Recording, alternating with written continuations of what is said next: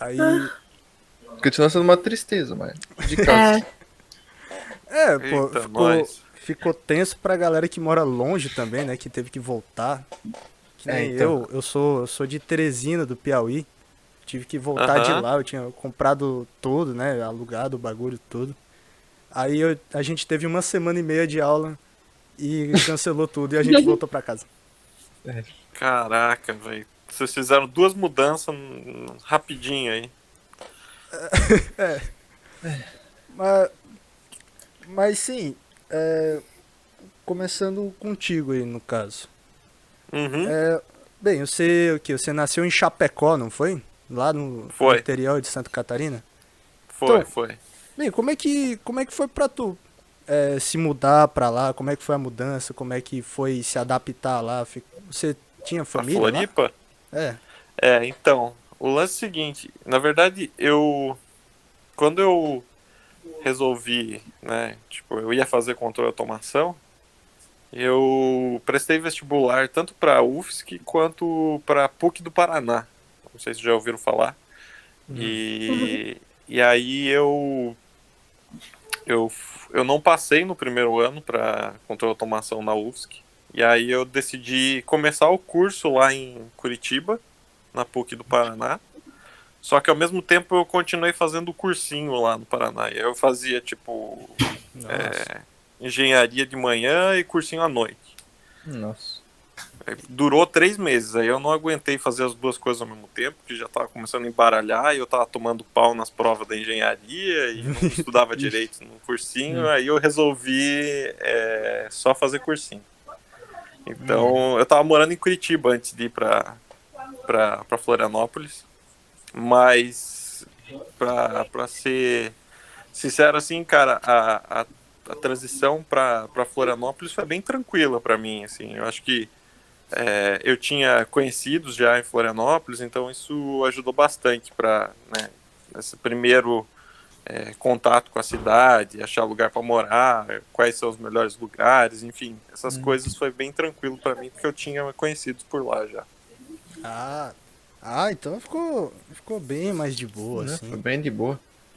É, Mas, então, você escolheu automação, assim, como é que você chegou nessa decisão de fazer automação? cara, para te falar a verdade, o lance todo de, assim, eu queria fazer engenharia, né? Aí das Hum. engenharias que tinha, a galera sempre zoa, né? Que o cara queria fazer robô. Não tinha muito dessa é, É. perspectiva para minha vida, mas o lance todo das engenharias a que mais me chamava atenção e o campo de atuação, né, estava vindo cada vez mais forte, era o controle de automação mesmo, né? A gente sabe que tem muita coisa mecânica por aí, mas a transição, né, das partes mecânicas para as partes mais eletrônicas, né, e essa Hum. integração entre os dois, as duas engenharias está se tornando cada vez mais forte. E aí a minha intenção foi justamente de pegar e ter esse conhecimento tanto das duas, né, e poder trabalhar.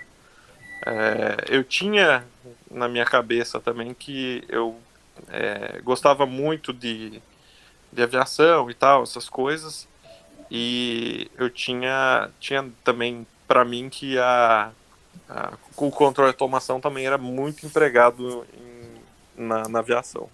É. Então acho que foi mais ou menos esse o meu, digamos assim, meu racional, assim, né, a minha maneira de Hum. pensar para chegar no curso. Então, assim, é, tanto pelas circunstâncias da engenharia, né, no geral, quanto perspectiva do que eu iria fazer depois. Então, acho que foi a junção das duas coisas, né? A perspectiva de trabalho no futuro foi importante, sem dúvida, Uhum. mas também era algo que sempre me chamou a atenção, sabe? Engenharia, eu acho que sempre foi uma vontade minha de trabalhar com engenharia. Eu nunca imaginei, sei lá, sendo médico, tipo, minha mãe é médica, então eu olhava para aquilo e disse, cara, eu quase passo mal só de ver sangue, entendeu? Tava fora do meu escopo, Você não tá sei sozinho lá, nessa. fazer odontologia, essas coisas, estava bem fora do que era esperado, assim. Pô, então você teve um raciocínio bem sólido pra escolher, pô, da hora. Não, vai. Quando a gente é novo, a gente tem um monte de oportunidade, né? E É, aí o lance todo fica, como é que eu vou dizer? Meio nebuloso, né? E aí você tenta colocar alguma coisa que você gosta, também um pouco de perspectiva do que você vai fazer. E eu acho que é mais ou menos isso que drivou aí a minha escolha para engenharia de controle e automação. Na verdade, 100% de certeza eu não tinha que ia dar certo, mas era alguma coisa que eu estava fazendo que eu gostava.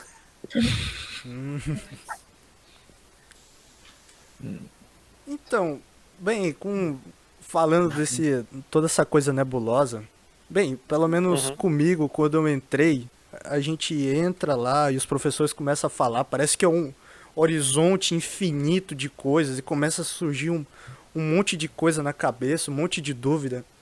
Então, Aham. bem, digamos aqui uma situação hipotética que se tivesse uma máquina do tempo e você pudesse Aham. voltar e encontrar o João que acabou de entrar. Que, assim, Aham. que dica que você daria pra ele? Pra esse João? Putz, isso é boa, cara. Isso é muito boa.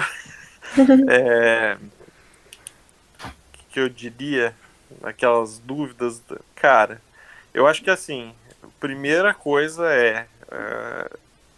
acho que você ter para você mesmo, que se você estiver fazendo alguma coisa que te dá prazer, seja, né, é difícil você pegar e olhar para aquelas matérias que a gente fazia no início da faculdade ali e te dá prazer em fazer Física 1, essas coisas aí, eu concordo que é muito Introdução. difícil.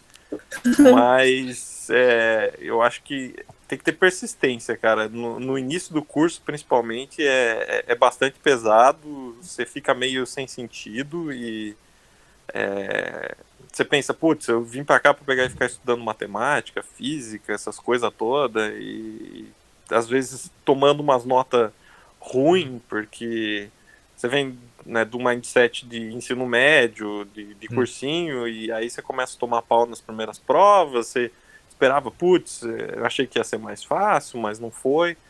Eu acho que tudo gira em torno de você persistir e você entender que, cara, aquilo ali é só o começo e a engenharia ela pode abrir muitos, mas muitos campos de atuação para você.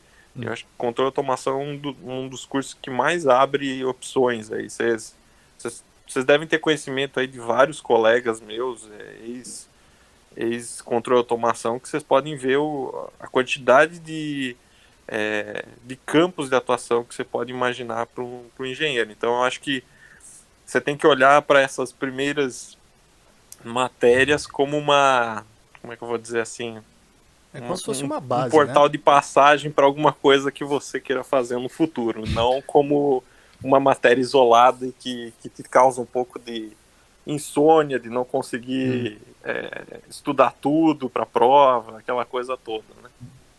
É basicamente um tapa na cara Não, de Sim. começo. É, não, eu não vou dizer que não é, porque é um baita de um. É um choque de O primeiro realidade. semestre, assim, tirando a matéria, que eu acho que vocês ainda têm, né? A disciplina de introdução, que eu acho que inclusive Sim. é que vocês estão Sim. fazendo. Tirando essa, tudo é muito maçante, né? É tudo muito teórico, é bem complicado de você manter essa vontade em fazer engenharia. Eu passei por isso, mas eu acho que você tem que lembrar do propósito que vem depois, né? Isso aí é questão de um semestre. O negócio começa a melhorar depois do quarto, pra te falar a verdade. Nossa. eita porra. Bem, pelo Que menos, complicado. pelo menos dá pra saber que são pelo menos só 3 de sofrimento. É, O resto, Então. é três. então, Mas assim, eu acho que quem gosta de programação e tal, eu acho que começa a ficar mais legal um pouco antes. Assim, eu acho que para quem gosta de programação e tal, isso aí vai ter nos cursos né, de programação básica, enfim, ali no início, controle, sistemas digitais, essas coisas também começam a pegar e dar um pouquinho do sabor do que é trabalhar mesmo como engenheiro. Eu acho que isso aí é umas pitadinhas a conta-gota que eu acho que quem fez o currículo da automação pensou muito bem. Porque se eles tivessem colocado só matéria teórica, o pessoal ia desistir tudo nos primeiros semestres. De ficar todo maluco nos primeiros dias. Ai, ai, ai.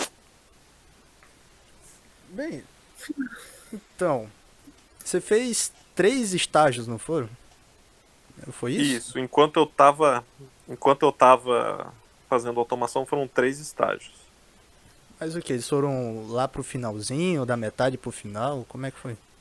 Foi da metade pro final. Eu acho que o meu primeiro foi. Eu tava no sexto semestre. E aí foi uma prova, eu acho, de como seria, né? Trabalhar. Porque no final das contas, você fazendo estágio não é bem trabalho, vamos ser sinceros. Estágio você tem uma flexibilidade gigantesca de fazer coisas e propor, né? Isso aí é bem, bem diferente.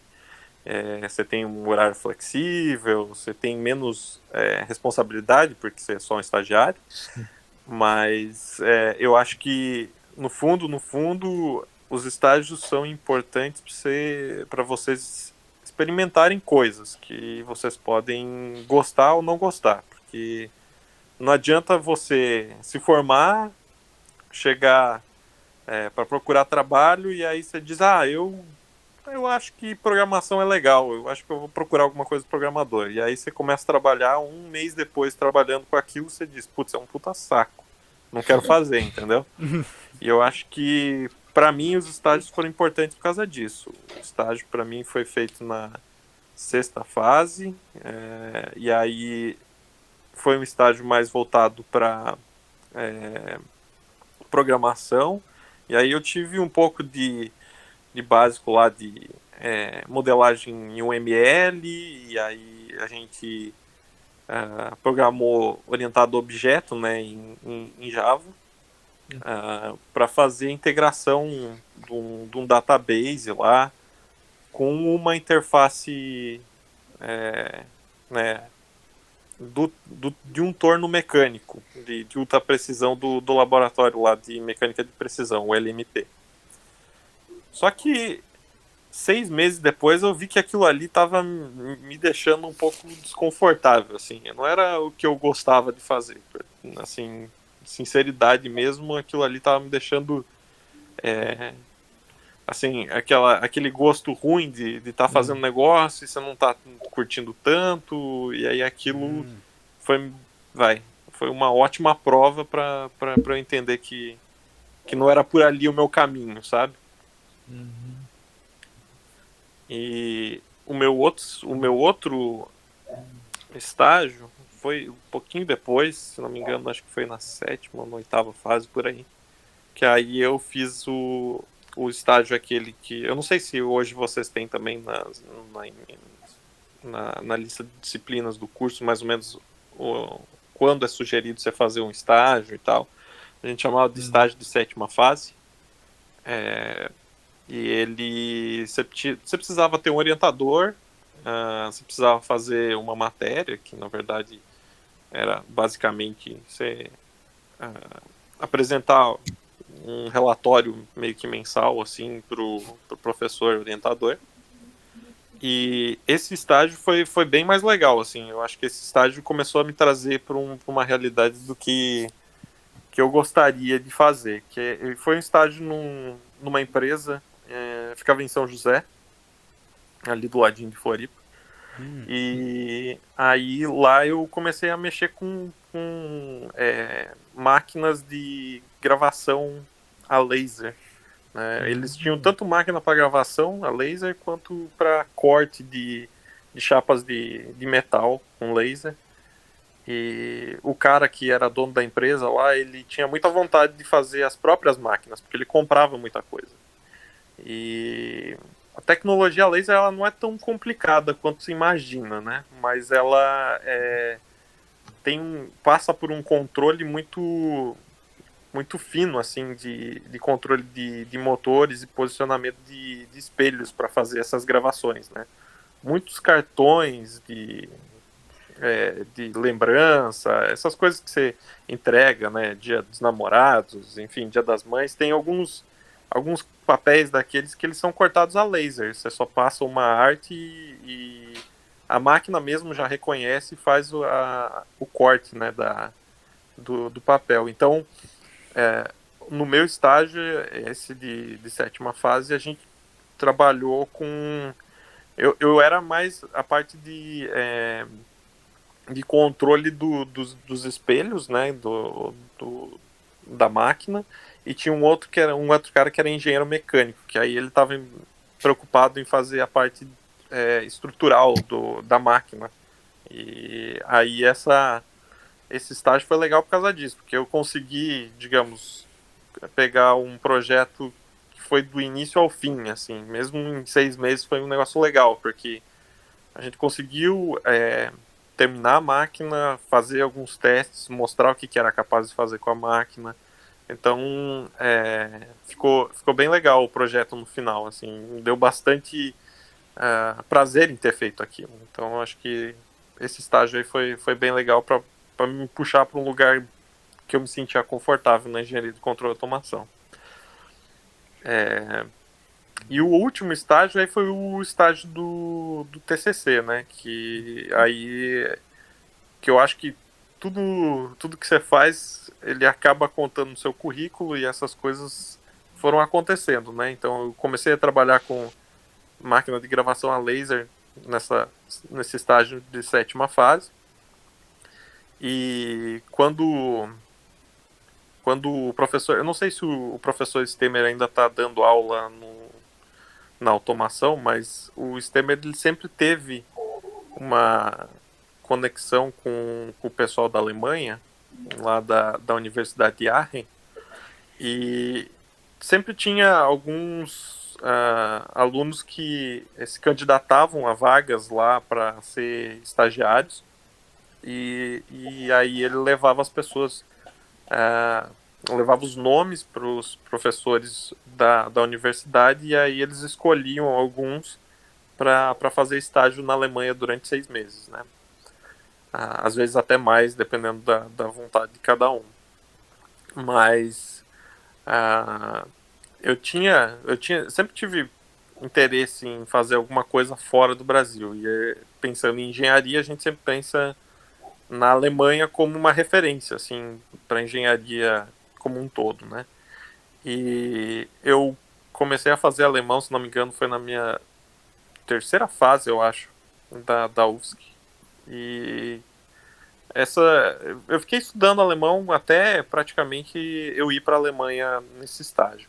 Então, assim, eu acho que foi uma junção de preparação para você estar preparado para ir para lá. Então, eu estudei alemão, aí eu fiz um estágio ligado à tecnologia laser, né? E eu acho que essas duas coisas foram determinantes para eu ser chamado para esse projeto lá, né, para ser estagiário na Alemanha, na Universidade de Aachen. E eu acho que isso foi bem legal, esse estágio, porque mostrou que tudo que você faz no passado é levado em conta para o que você vai ser chamado a fazer. Então, eu fui selecionado, fui para a Alemanha, o projeto era também relacionado a laser, só que não ao laser para corte e gravação, e sim para a metrologia, né, que aí é relacionado a você usar o laser para escanear uma peça, tirar medidas, né, da peça, dimensões, forma, né, e aí você fazer uma inspeção da peça depois dela ter sido usinada. Então você tira lá por parâmetro de qualidade, essa peça tem que ter tolerância de 0,5 centímetros e a medida que você queria era de 15, se você está dentro da tolerância ou não, você já pega pelo escaneamento a laser que é feito logo após a usinagem.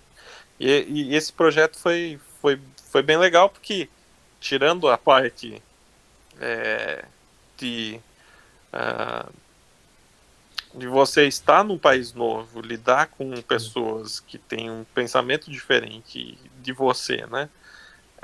Ainda tinha aquele aspecto de você estar desenvolvendo alguma coisa que você gosta, né? Então eu estava mexendo com tecnologia laser, com máquinas, e sempre foi o que eu quis fazer, né? Eu tive que programar um pouco nesse também. Provavelmente vocês vão ter um curso de robótica também ali pela 7ª, 8ª fase. Tive que usar transformadas que eu não dei bola no dia que o professor explicou na aula, mas no final, para fazer essa parte de metrologia, eu tive que usar nesse TCC, e foi aquela coisa, né? Tipo, você não vai lembrar de cabeça na hora, você tem uma noção, e aí depois você vai lá e cata, é assim que faz a transformada, enfim.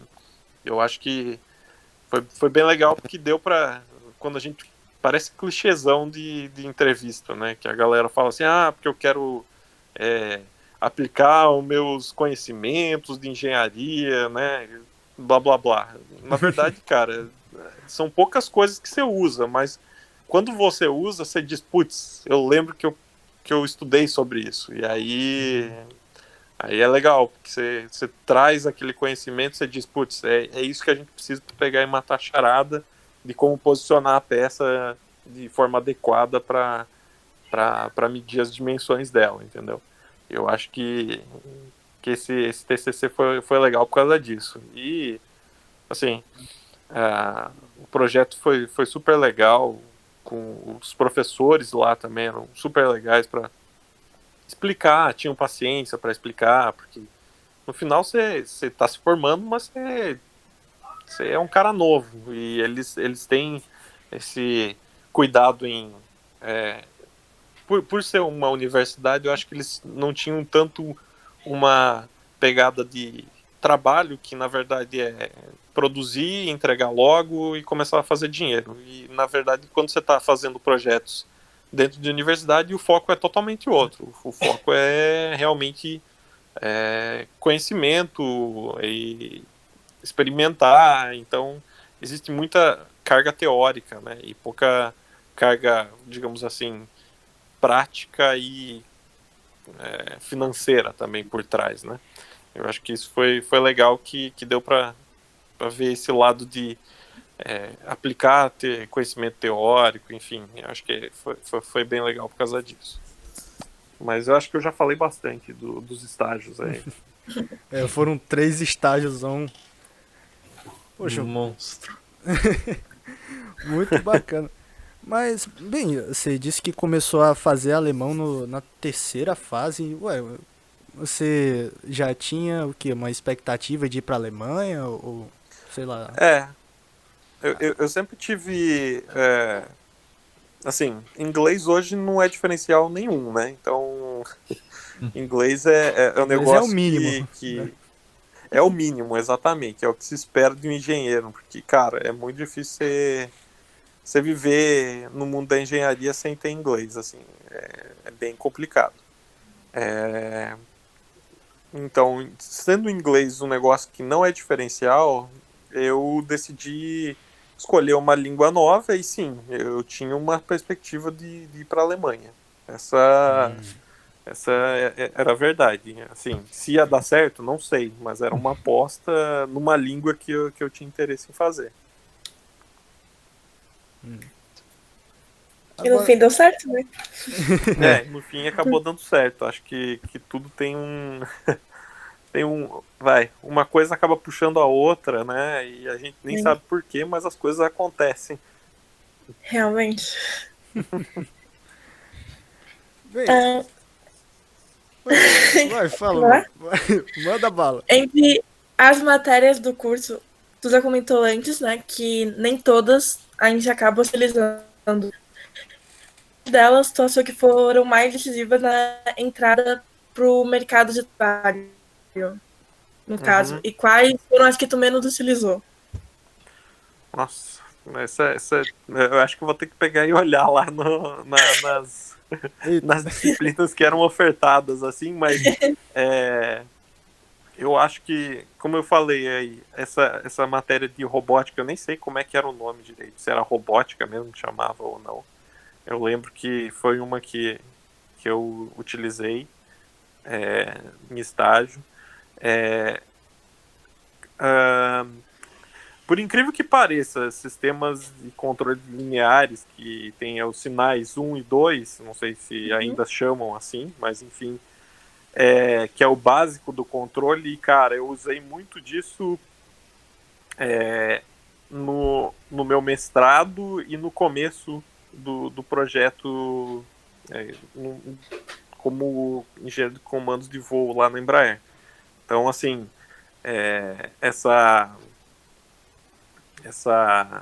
esse começo, eu acho que essas matérias tiveram bastante importância. Eu acho que o básico da engenharia, cara, você acaba, né, essas física experimental, física 1, 2, 3, não sei se é A, B, C, D aí, como é que tá agora. A álgebra, cara, no final, assim, toda aquela teoria, todos aqueles cálculos super difíceis, são coisas que você aprende, mas eu acho que é mais para você ter domínio do que você vai ter pelo curso na frente, assim, sabe? É meio que pré-requisito mesmo para você entrar nas próximas matérias. Não que você vai usar, integral tripla, essas coisas, cara, não vi em outro lugar, foi só na teoria, sabe? Não teve tanta serventia para mim, talvez para uma carreira mais acadêmica, talvez isso tenha algum valor, né? Que você está tentando usar meios matemáticos para explicar coisas, enfim. Mas para mim, eu acho que essas matérias do básico da engenharia, elas são muito mais para conhecimento do que vai vir pela frente do que você vai aplicar na prática depois. Mas o que eu lembro de cabeça é o que falei, sinais foi algo que eu usei, sistemas realimentados também, essa parte básica de controle mesmo, bem densa, assim, eu usei no meu mestrado e eu usei também um pouco no início da minha carreira aí como engenheiro de controle e automação. Legal. Mas se você quiser uma lista, eu posso pegar e você me manda a lista das disciplinas e eu vou olhando. Vamos começar a alfinetar os professores. Ô, João, voltando pros estágios, né? Você disse que as coisas foram acontecendo, né? Mas como é que você descobriu os estágios, né? Como é que você chegou? Você fez uma prova? Você entrega currículo, né? Esse tipo de coisa. Não sei nada de estágio. Então, o lance de estágio, principalmente que nessas... acho que ainda existe a Fundação CERT, tem o LabMetro, tem vários laboratórios aí na USC que eles são, digamos, o que conta, na verdade, é você ir lá fazer uma entrevista, mostrar, eu acho que você se mostrar como disponível, né, e você ser uma pessoa que é flexível, com horários, enfim, e tem interesse em aprender, eu acho que é muito mais pessoal do que currículo, porque no final das contas, quando você é estudante de engenharia aí de terceiro, quarto semestre, cara, no fundo, todo mundo é zero experiência, certo? É pura vontade. Sim. E eu acho que você se mostrar disponível, ter interesse no que os projetos, né, estão chamando, eu acho que é muito mais mostrar interesse.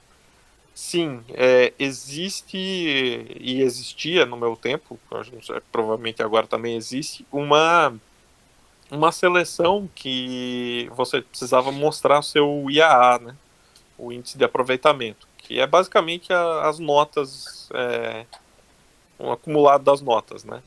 Então, isso era levado em consideração na seleção também. Então, ir bem nas matérias do início da engenharia é importante para conseguir estágio.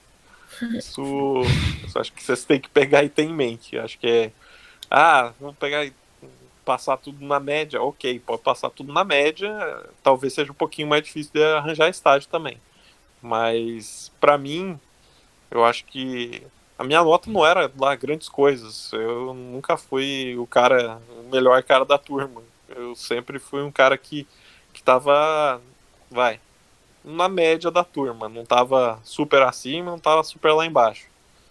Então, eu acho que arranjar um estágio, para mim, foi muito menos nota e muito mais, eu acho que vai mostrar interesse, mostrar que você está disponível e você quer aprender aquilo. Eu acho que isso que fez a diferença na hora de entrar nos estágios.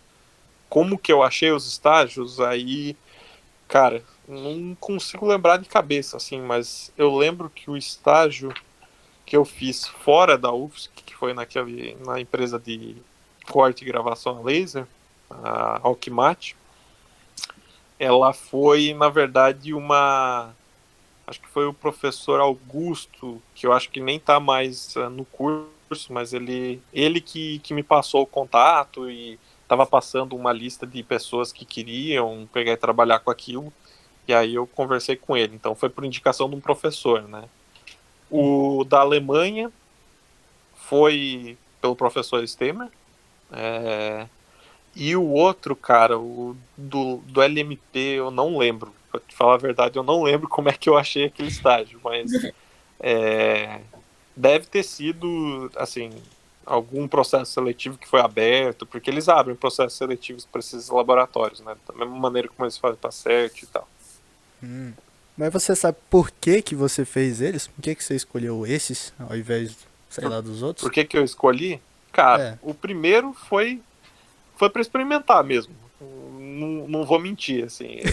Eu queria ter uma experiência e eu queria experimentar alguma coisa, porque você vê, né, assim, as pessoas que não fazem estágio, elas tendem a ficar muito mais acadêmicas, e nunca foi a minha intenção ao fazer o curso em partir para o lado acadêmico.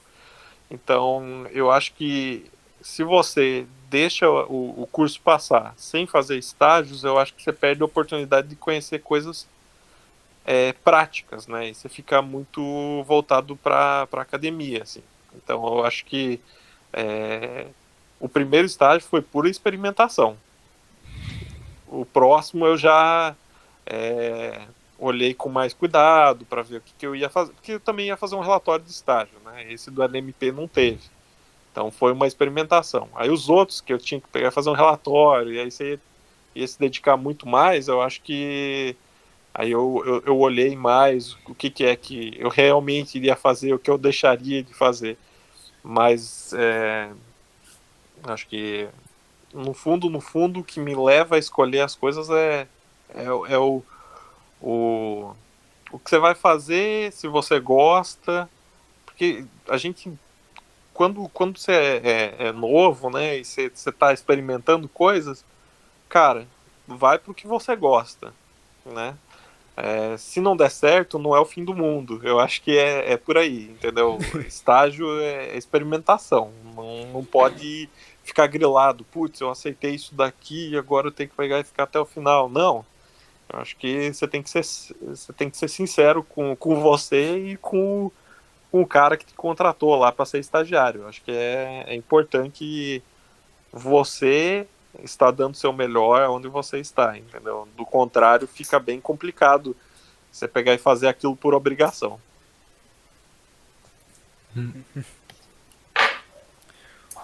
Muito bacana, mano. Pô, deixa eu pensar aqui, né? Bem, você fez os 3 estágios, aí você fez o seu TCC lá na Alemanha, não é? Uhum. Aí, bem, depois disso você voltou e aí você foi fazer um mestrado no ITA, não foi? Foi isso mesmo. Porra, o ITA, mano. E aí, como é que foi pro ITA, cara? O ITA. Então, Aqui o na lance escola, seguinte. galera falando que o ITA é o lugar onde só tem os deuses da engenharia. Qual é a do ITA, mano? Cara, essa parte da história, né, da carreira que é aquela coisa que você, às vezes você não sabe nem explicar como é que conseguiu, mas enfim. O lance todo, acho, do ITA aconteceu quando eu vi que, assim, eu sempre tive grande paixão mesmo por aeronave, enfim, eu acho que isso que sempre foi um dos motivos, talvez, pelo qual eu fiz engenharia, talvez seja isso, que eu gostava muito de avião. Ser piloto não era tão legal, porque ser piloto é fácil de ficar apertando o botão e o avião ir para onde você quiser ir. Então, a minha ideia era fazer engenharia, que era pegar e olhar como é que o negócio realmente funcionava, e não só apertar botão.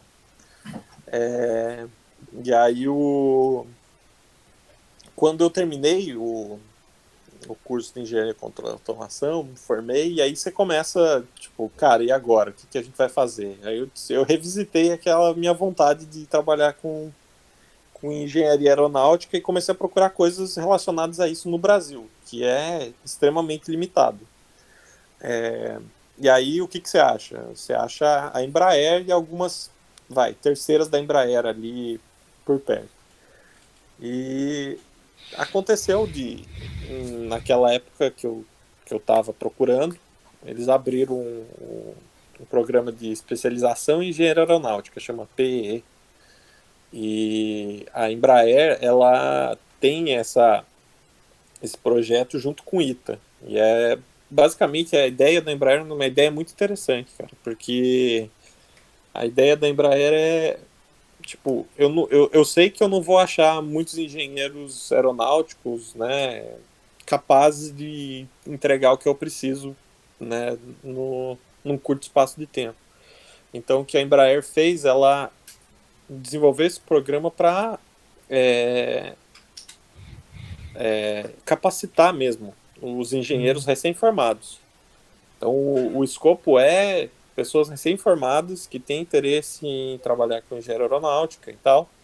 E aí, a ideia da Embraer foi trazer também um pouco de bagagem teórica junto com isso, que aí entra o ITA.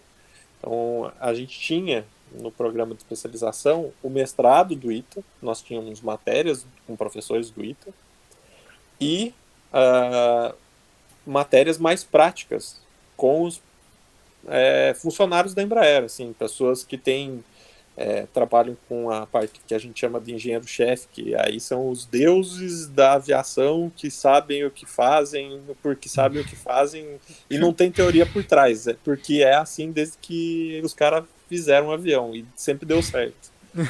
Então foi legal, porque acabei fazendo a prova, tem uma prova seletiva, é uma prova de seleção, e aí depois você tem uma entrevista lá na Embraer mesmo. Então, quando eu digo que eu não sei nem como eu passei, foi porque, cara, quando eu fui fazer a prova, fiz a prova em Floripa,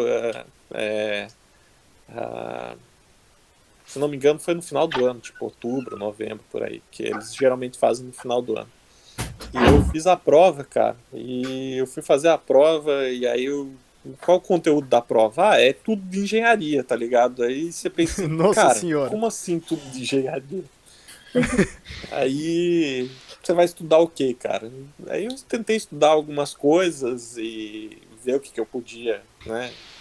O que eu tava mais fraco, o que eu não tava tão fresco na minha cabeça. E estudei, sei lá, uns 2 dias, 3 dias antes da parada. Fui lá fazer a prova, cara, foi desolador, assim. Eu olhei pra prova, eu disse, putz, eu acho que tinha 40 questões. Eu acho que se eu soubesse umas 10, tava, né? Nossa senhora. Tava bem. Então foi muito doido, porque eu fiz a prova e eu disse, cara, eu fui muito mal. Eu só tinha certeza de 10 questões que eu tinha feito e a chance de dar ruim, tipo, era quase 100%, assim. Eu tinha baixíssima expectativa com relação à prova que eu fiz e ser chamado. E, felizmente, tipo, 20 dias depois, alguma coisa assim, os caras me chamaram.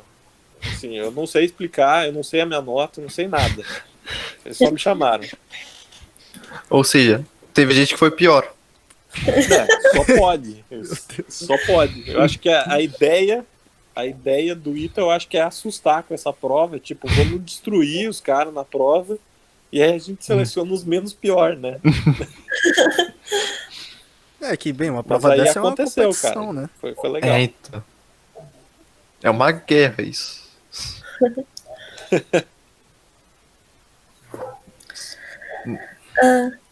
Você trabalhou na Embraer, certo? Isso, depois que eu... Porque foi assim, né? Esse programa, se vocês quiserem procurar depois, vocês podem até procurar. PE, eu acho que deve estar acontecendo ainda. Talvez agora por causa do Covid eles tenham cortado, mas enfim. Vocês podem achar, talvez na internet, lá no site da Embraer, Careers, essas coisas, vocês devem achar alguma coisa relacionada. Talvez até no site do ITA tenha. Mas esse programa, ele tem duração de 1 ano e meio. E o lance do programa, então, é você ficar... Ele é dividido em 3 fases, né? A primeira fase é um básico para engenharia aeronáutica. E aí a gente tem vários conceitos, tanto de motor de aeronave, estrutura de aeronave, sistemas, tipo aerodinâmica. Então é tudo muito focado para você ter uma visão mais ampla do escopo da engenharia aeronáutica. A segunda fase, ela já é mais voltada para o que você quer trabalhar dentro da Embraer. E aí nós éramos uma turma de 30 pessoas, acho que éramos 30. E o curso, ele nos oferta, digamos assim, dependendo do que a Embraer necessita no futuro, né, numa perspectiva ali do curto prazo de 1 ano de pessoas entrando, eles têm vagas para pessoas que querem trabalhar com sistemas de aeronave.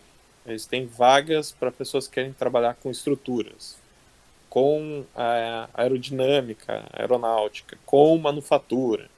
Então, você acaba selecionando na segunda fase já o que você quer trabalhar, para onde que você quer apontar sua carreira dentro da Embraer, dentro da engenharia aeronáutica. E eu escolhi a carreira de sistemas, e aí sistemas aeronáuticos, né? E a terceira fase é uma fase que a gente está desenvolvendo um projeto do zero, assim. A ideia é pegar e mostrar como a gente faz, acho que nessa matéria de introdução de engenharia, a gente fazia um projeto conceitual e aí mostrava como é que fazia. Não sei se vocês têm essa matéria ainda, que eu acho que é a introdução, que você tem que pegar e montar uns Lego Mindstorms lá. Eu não sei se vocês estão tendo por causa do Covid, talvez isso não está acontecendo. Bem, eles estão fazendo uma gambiarrazinha com a gente, né? Mas não ia ser a mesma coisa. Porque no final a gente faz meio que um projeto conceitual, mostra um conceito de aeronave e apresenta para a galera da Embraer, assim, é um negócio bem interessante. E então durante esse 1 ano e meio na verdade eu sou bolsista de uma fundação ligada à Embraer, não sou empregado da Embraer. Então, na verdade, a minha carreira na Embraer começa 1 ano e meio depois de eu ter ido lá para São José. Que aí, sim, eu comecei a trabalhar com engenharia de comandos de voo, né? E aí, assim, depois do 3º semestre, nesse programa de especialização, sim, aí é feita uma nova rodada, e aí você faz uma nova rodada de entrevistas para ver para qual área que você vai ser designado, né? Para mim, assim, eu tive sorte que a Embraer estava indo bem nessa época e tinha bastante projetos na Embraer. Então, assim, teve bastante opções para eu escolher de que projeto ou qual sistema eu iria trabalhar. Acho que foi bem legal. E aí eu acabei decidindo trabalhar com engenharia de comandos de voo no KC-390, que é o cargueiro militar que a Força Aérea Brasileira acabou de receber para diversas missões e transporte de carga para a Força Aérea Brasileira. Aquele aviãozão grandão, eu vi a foto dele. Você viu a Gigante. foto? Legal. Olha, eu vou ser sincero com você, sabe? A primeira vez que eu olhei as fotos dele, assim, eu disse, putz, é grande pra caramba, né? O maior avião construído no Brasil, aquela coisa toda. Pô, o dia que eu entrei dentro do hangar e eu vi ele dentro do hangar, cara, você olha pra ele assim, cara, é só um sapo gigante, cara, não é tão grande assim. Um sapão que voa. Na imagem é um Megazord. Muito. Esse olha é um palio. Bem, aí você ficou, Tipo isso. você ficou 6 anos na Embraer, mas foram os 6 no mesmo avião? Ou Os foram, 6 né? no mesmo avião. Eita. Geralmente, cara, os projetos aeronáuticos, eles têm uma duração... varia muito, mas assim, quando você começa um avião do zero, assim, vamos fazer um caça militar aqui. E aí você começa a desenhar ele do zero, não pega nada de de uma outra aeronave, que é o caso do KC. O KC-390 ele veio do zero, assim, tipo, vamos construir um avião. E aí começou um estudo, enfim. Isso tudo, cara, demora 6, 5 anos. É o processo de concepção, apresentação, contratação de fornecedor. Cara, é um universo bem grande de passos até você adquirir o que a gente chama de certificação da aeronave, né? Certificação da aeronave nada mais é do que você apresentar para os órgãos homologadores, né, de aeronavegabilidade que tem espalhado pelo mundo inteiro, você mostrar para eles que a sua aeronave é segura e capaz de voar em segurança. E essa é a parte mais delicada, eu acho, do processo. Porque, assim, fazer voar é fácil, cara. Você põe um motor, um avião voa. Entendeu? Você precisa de força para pegar e empurrar e asa. Você põe motor e asa, o negócio voa. Foi assim que os caras começaram a fazer avião. Tipo, um cavalo puxando a parada e tem uma asa. Legal, voa. Mas a chance de dar ruim é grande. Entendeu? O lance negócio todo é deixar voando. Deixa pra Exatamente. sempre voando. Então é por isso que demora tanto.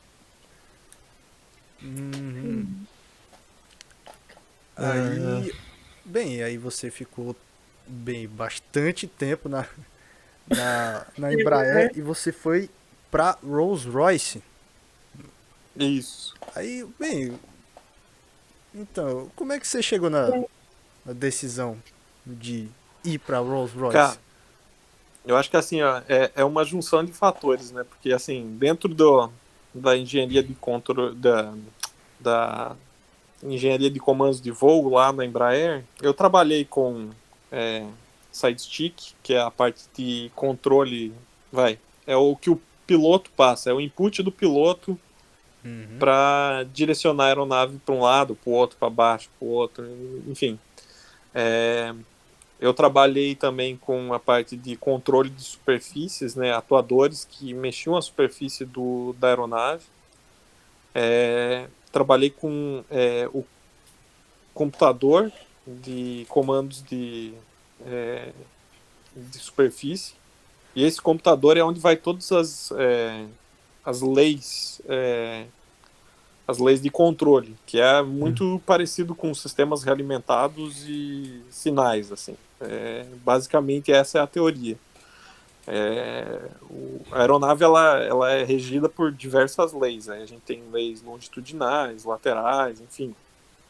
E, assim, a, o computador é onde vai todas essas leis. Então, assim, foi nessa parte que eu lembrei muito de sinais de sistemas realimentados.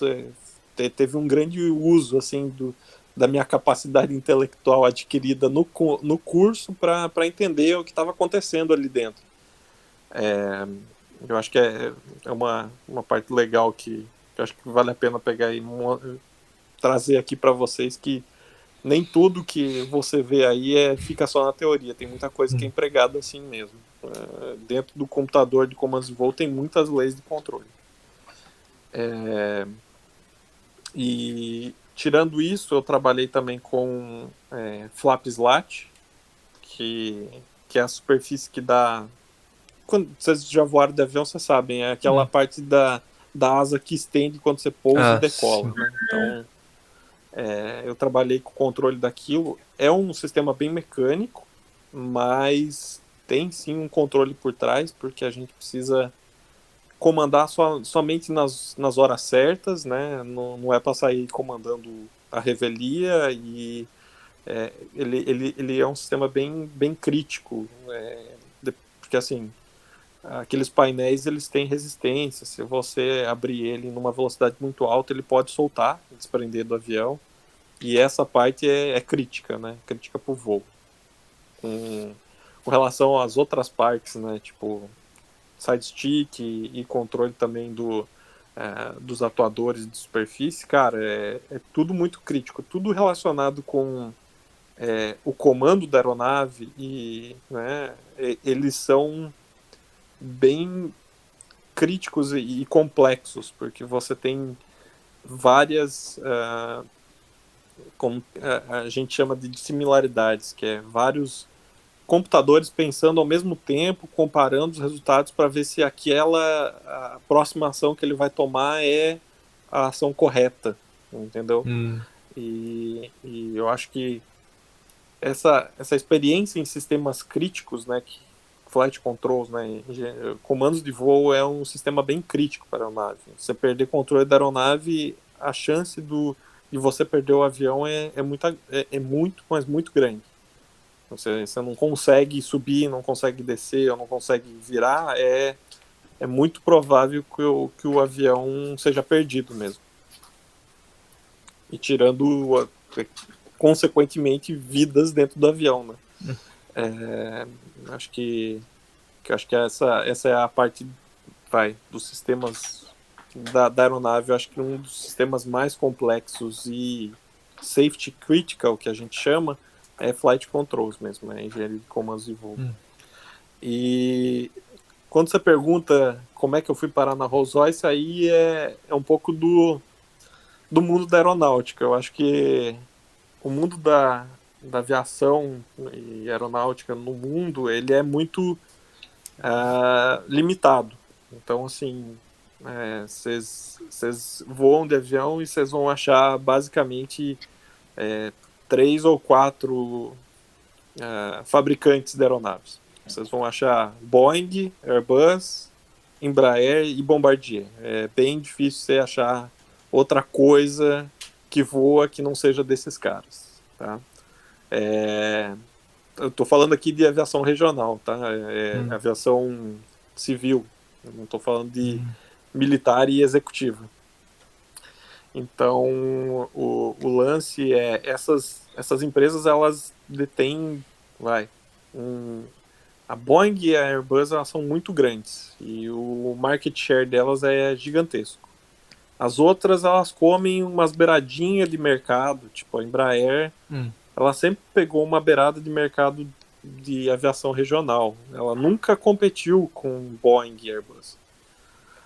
E o que aconteceu aí nos últimos anos, que eu acho que consequentemente mexe com a vida de todo mundo que trabalha com aviação, foi o que aconteceu comigo, cara. A Embraer começou, na real, começou tudo quando a Airbus comprou a Bombardier. E aí o que aconteceu? A Boeing, a Airbus, juntando com a Bombardier, eles tinham um poder gigantesco de de venda de aeronaves. Aí a Boeing tentou se juntar com a Embraer. Não sei se vocês viram essas notícias aí pelo Brasil. Eu acho que eu ouvi falar assim. E aí a Boeing tentou juntar com a Embraer e o que aconteceu, cara, foi que o governo brasileiro, por a Embraer ter sido estatal no passado, o governo brasileiro ele detinha uma que eles chamavam de Golden Share. Golden Share nada mais é do que uma ação que, em caso de compra por uma outra pessoa no mercado financeiro, a Embraer ela precisava ter o aval do governo brasileiro para ser vendida. Entendeu? Nossa. E aí, essa novela de vende, não vende, rolou por muito tempo dentro da Embraer, e a Embraer, em consequência disso, ela meio que, digamos assim, tentou tirar o pé dos desenvolvimentos que estavam acontecendo e esperando a junção com a Boeing, porque tudo que ela começasse a fazer, são 5, 4, 6 anos de desenvolvimento de uma aeronave. Se você começar e no ano que vem uma outra pessoa assumir a empresa, pode ser que tudo aquilo que foi gasto tenha sido em vão, porque não é as diretrizes da nova empresa. Então a Embraer meio que ficou esperando as coisas acontecer. E eu tava lá. E você começa a sentir, sabe, que a gente tinha terminado a certificação do KC e o avião estava sendo entregue para a Força Aérea.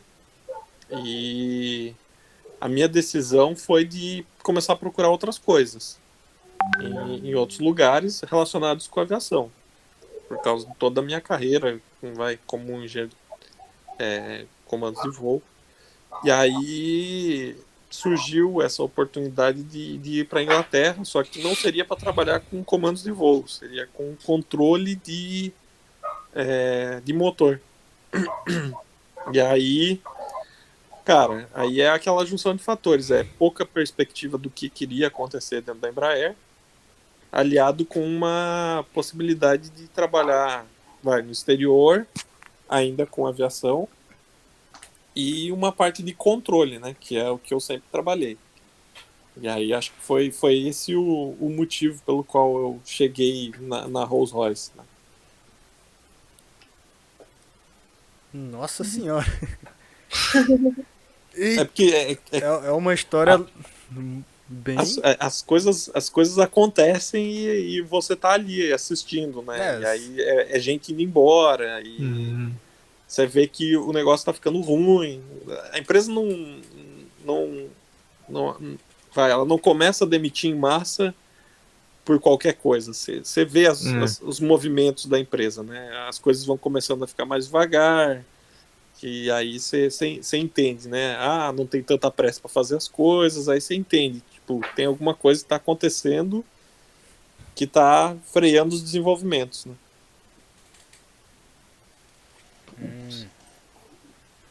Nossa. Como que chegou a trabalhar agora na Mitsubishi do Japão? Cara, essa é a parte mais doida, e eu vou contar um negócio pra vocês que vocês nem estavam esperando, mas enfim. Isso que é bom. Eu cheguei na Rolls-Royce e foram, tipo, 3 meses depois, um headhunter veio me procurar no LinkedIn e o cara tava precisando de engenheiro de controle, de comandos de voo aqui na Mitsubishi. E ele tinha uma vaga, enfim, para trabalhar com flap slat. E o que aconteceu foi, 3 meses depois que eu tinha chegado na Inglaterra, eu disse, vamos pegar e ver qual é que é disso aí. Eu já tinha alguns colegas meus ex-Embraer que estavam aqui no Japão. Aí eu disse, vamos mandar o currículo, se der, deu, se não der, eu tô de boa aqui também, acabei de chegar, sossegado. E aí o que aconteceu foi que deu 1 ou 2 meses depois, eles voltaram a conversar comigo. A gente quer pegar e marcar uma entrevista, aquela coisa toda. Aí fiz uma entrevista com com o gerente lá da área. O cara gostou de mim, achou que era aquilo mesmo que ele precisava para a vaga, enfim. E aí começou todo um processo de negociação, porque não é, não é aquela coisa de, né, vamos pro Japão. Pô, o Japão é longe pra caralho, tem toda uma cultura diferente. Sim. A gente é muito parecido com pessoas da Europa, assim, né? A gente é parecido com o americano. Agora, cara, aqui no Japão a banda toca bem diferente, assim, as maneiras de se portar, enfim. Sim. Então rolou uma negociação e tal, e isso se estendeu durante mais um mês.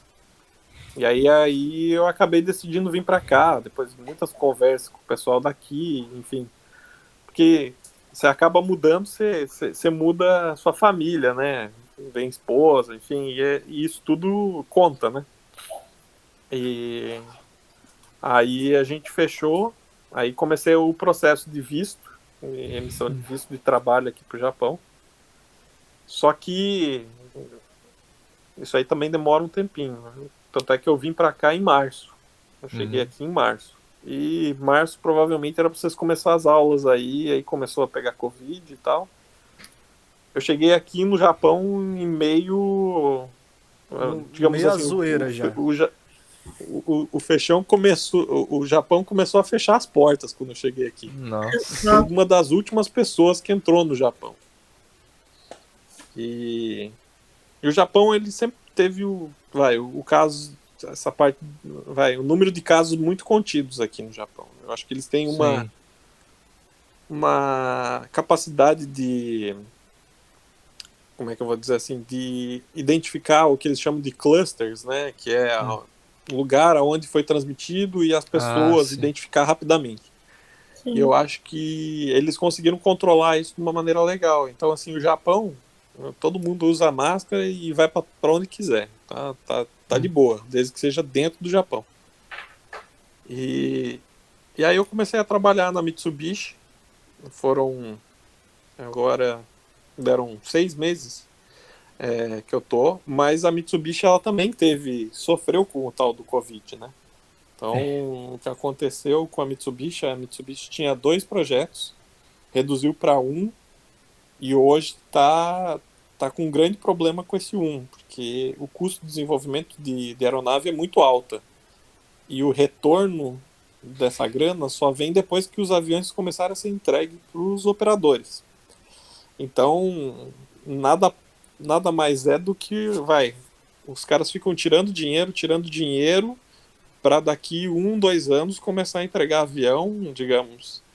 E como o Covid veio e acabou com a aviação em geral no mundo, o que aconteceu foi você já tinha um monte de dinheiro que você estava gastando para desenvolver uma aeronave.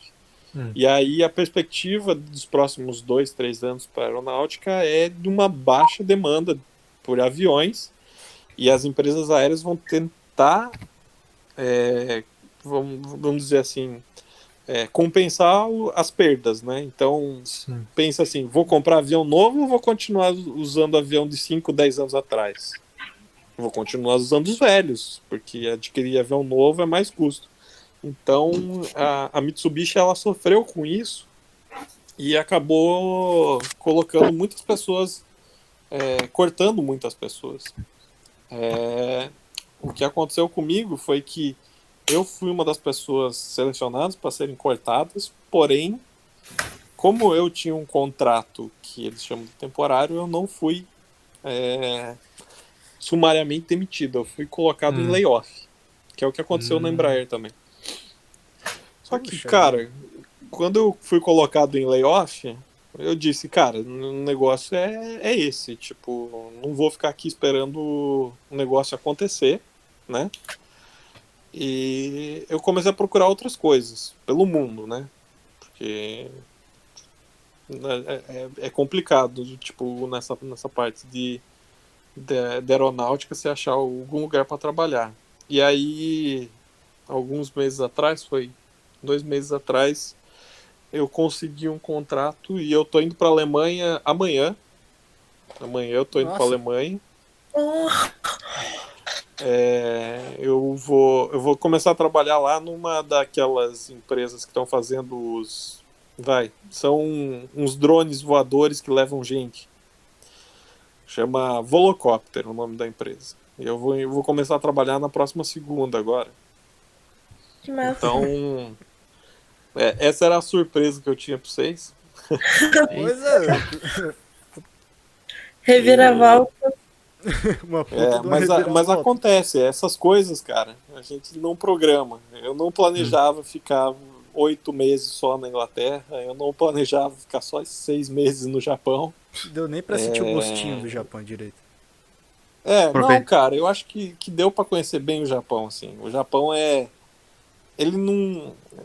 Querendo ou não, o Japão é um país bem. Como é que eu vou dizer pra vocês?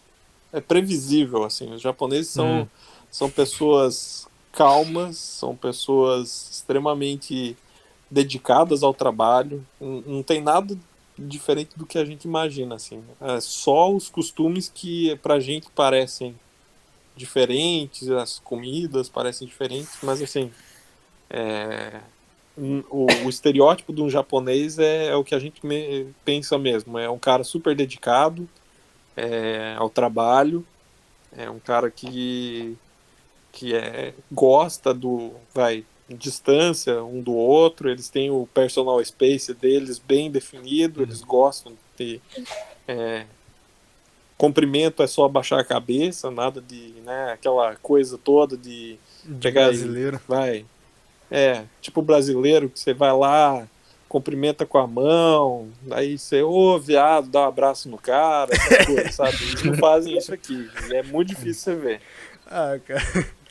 Ia ser muito bacana poder tratar um cara assim, mano. Pois é, mas os caras aqui é só abaixar a cabeça, ok, e eles têm uma, assim, eu acho que é Hierarquia, cultural, né? eles têm um respeito pelos mais velhos, hierarquia dentro da empresa, que é um negócio fenomenal, assim. Tem um lado bom e tem um lado ruim disso, mas dentro desses 6 meses deu para ver direitinho o que é uma cultura diferente, e você ser criado num lugar diferente. Né? Vai levar muita comida? Cara, não, porque é complicado levar comida dentro de mala e coisa e tal. A gente só tá levando umas lembrancinhas. Agora, Não, mas se Kit pudesse Kat, levar, levava? dependendo da quantidade, pode. Dependendo da quantidade, pode. Mas o que a gente pegou bastante aqui para dar de souvenir pra galera aqui, que a gente vai levar pro Brasil depois, é Kit Kat, cara. Kit Kat tem um Kit Kat de cada sabor aqui. Sim. Eu acho que a gente juntou uns Tem um de 15 cada um. sabores aí Nossa de senhora. Kit Kat. E ainda deve ter muito mais ainda. É muito bizarro, cara. E assim, cara. pra quem gosta de anime, eu não sou um cara muito ligado em anime, mas o Japão é top. A galera compra porra. anime aqui a rodo, em qualquer lugar. É uma economia. Eu ia mostrar meu brolho, mas nem vi. Olha o consumidor Bota. de coisa de Eu anime. sou aí. um desses consumidores aí.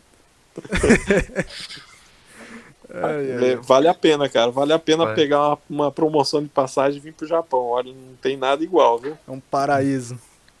É. Beleza. Você demorou pra acostumar com a língua ou falava só inglês mesmo? Cara, essa é uma das coisas que o Japão, ele é inglês, você fala pouco e nas cidades turísticas aqui no Japão. Fora, cara, é muito difícil. Nagoya, que é o lugar que a gente tá, Nagoya é bem menos turístico. Então, é uma cidade grande, tem mais de 2 milhões de habitantes, mas o acesso à língua inglesa aqui é super restrito. E quando eles falam inglês, é algumas palavras para tentar te ajudar. Então, assim, Google Tradutor, você tem alguns não, muitos brasileiros aqui em Nagoya, tipo, tem uma comunidade muito grande de brasileiro aqui. Então você consegue achar tradutor, você quer ir no médico, Ah. você fala com o tradutor, marca o horário e leva o tradutor para agilizar, senão fica difícil. Nossa. Ixi, nossa, Só no mano. inglês é difícil. Agora, mano, só pra gente poder encerrar a noite, ou no seu caso Uhum. amanhã, né? Bem, É. tava pensando sobre criatividade. Você acha que Aham. ter uma cabeça fora da caixa na engenharia de automação é uma coisa importante? Ou. Cara, fora da caixa é importante. Eu acho que não só para engenharia de controle de automação, mas eu acho que para tudo assim.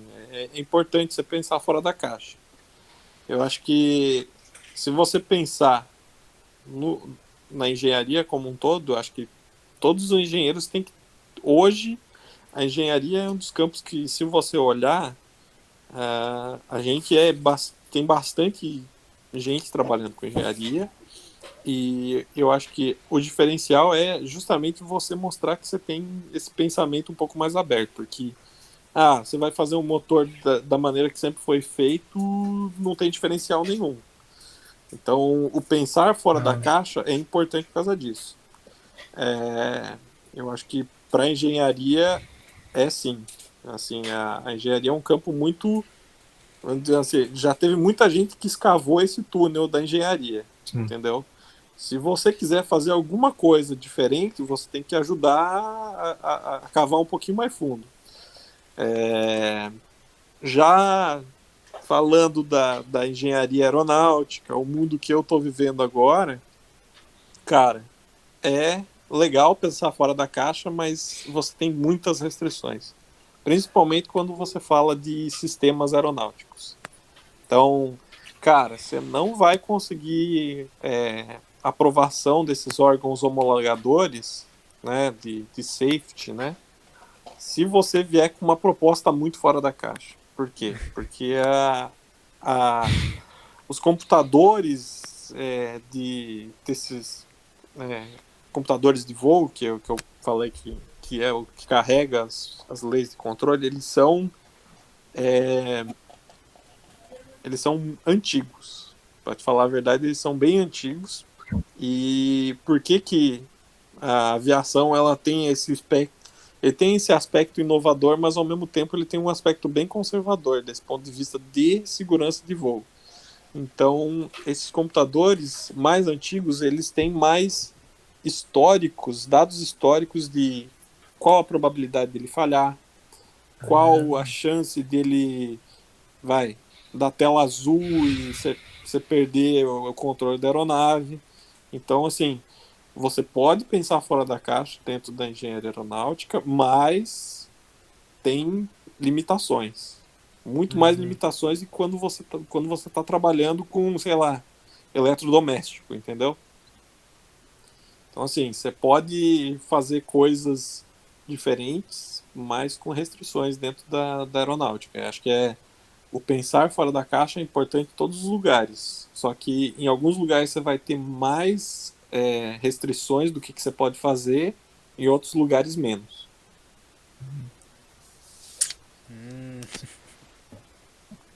Durante toda a carreira, sua carreira, teve vários projetos que você fez.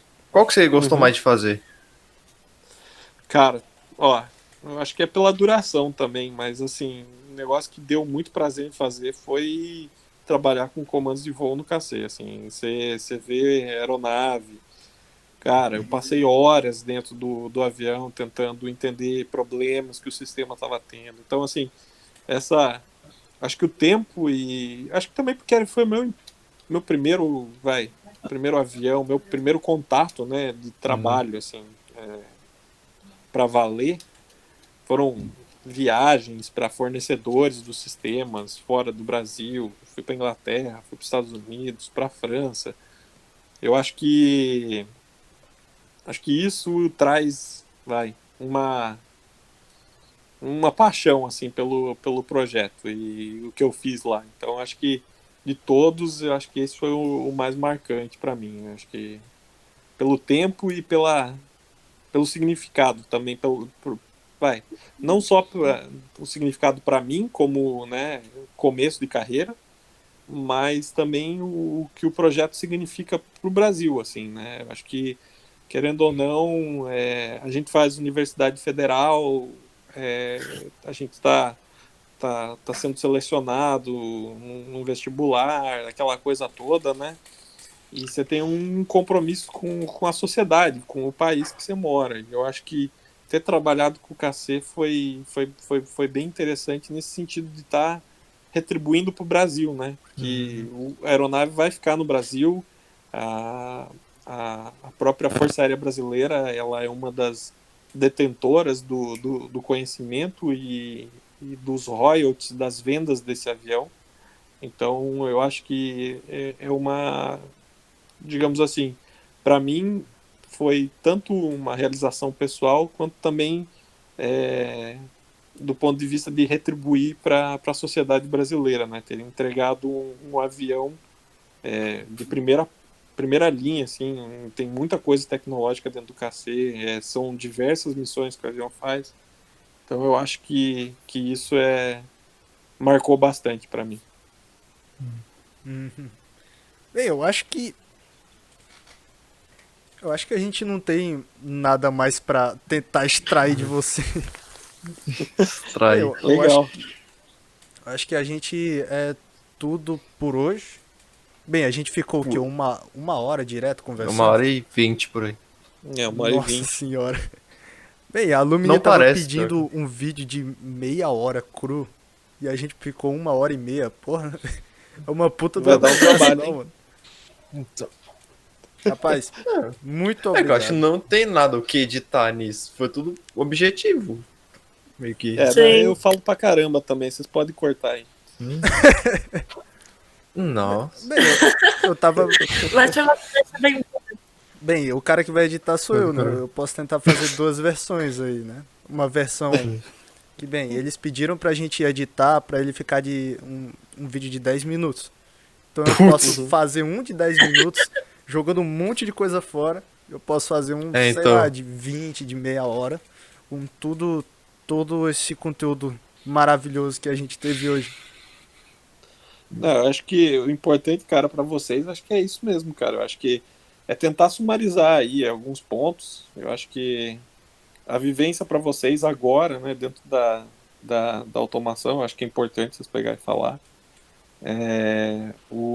A perspectiva assim, eu tenho a perspectiva de uma pessoa que saiu da UFS, que foi trabalhar com engenharia aeronáutica, acabei fazendo o mestrado do ITA, meio que veio de graça ali, né, na brincadeira de ter entrado no programa, que é bizarro você pegar um mestrado no ITA de graça, assim, mas eu tive que fazer projeto, enfim, eu nem comentei com vocês, mas assim, eu tive que defendeu uma dissertação de mestrado também. Foi em paralelo com o trabalho, inclusive. Tive que tirar umas férias para pegar e escrever aquilo lá, que foi. Nossa, foram 20 dias escrevendo negócio, que ficou muito doido, porque é muita coisa. Mas eu acho que é importante para vocês, acho que para vocês mesmo, acho que é essa parte da entender que essa primeira parte da engenharia, ela passa, ela tem importância, sim, embora não pareça agora.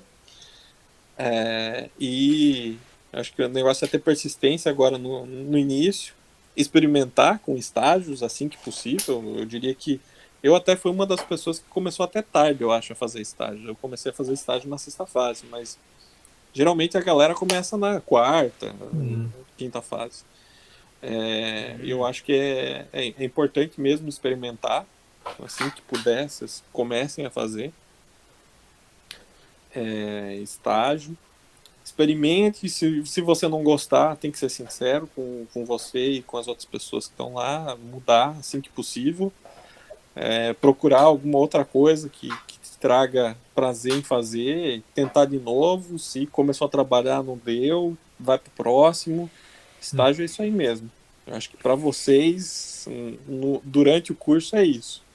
E aí depois, cara, quando você começa a entrar no mercado de trabalho, eu acho que, cara, é muito muito legal, assim, você poder revisitar coisas que você queria fazer como engenheiro e tentar se inserir nisso. Porque você vai ver programa de trainee por aí, cara, que você banco aceita engenheiro, entendeu? Corretora de investimento aceita engenheiro. Se você gosta de mexer com isso, tem campo para isso. Então não precisa ficar preso ao seu estágio depois que você sair do curso, entendeu? Pode tentar, entendeu? Talvez na saída quando vocês terminarem o curso, o Brasil esteja melhor e tenha mais oportunidades ainda, mas o lance todo é entrar e procurar alguma coisa que você queira fazer, que aí é o segredo do sucesso. Para mim, deu certo e eu tô trabalhando com o que eu sempre gostei, né? Que era aviação. Então, acho que é por aí mesmo. Acho que tem que ir atrás do que você gosta. Muito legal. Então, bem, eu acho que a gente encerra por aqui, não? Então, Beleza. muito obrigado, João. Valeu. Valeu. Muito obrigada. Se vocês precisarem de alguma coisa aí, a gente vai conversando. Eu tô viajando amanhã, mas aí a gente vai ficar 5 horas de diferença pro Brasil, aí a gente pode trocar e-mail, se vocês quiserem pegar e conversar de novo, não tem problema. Só tem que achar um horário legal para nós e aí a gente marca. Sim. A gente pode fazer uma conversazinha debaixo dos panos, sem a aluno saber. Beleza. Aí, valeu, João. Boa viagem. Boa Valeu. viagem. Bom Valeu, dia, cara. no caso, né? Bom dia aqui. Isso. Valeu. Bom descanso para Isso. vocês aí. Boa noite. Ainda tem... Obrigada. Errei de novo, bom dia. Bom dia, boa noite, boa tarde. Vou encerrando. Então, bem, eu acho que Então se eu sair daqui, eu não sei se todo mundo é quicado da Entendi. cal, mas, bem, falou. Acho que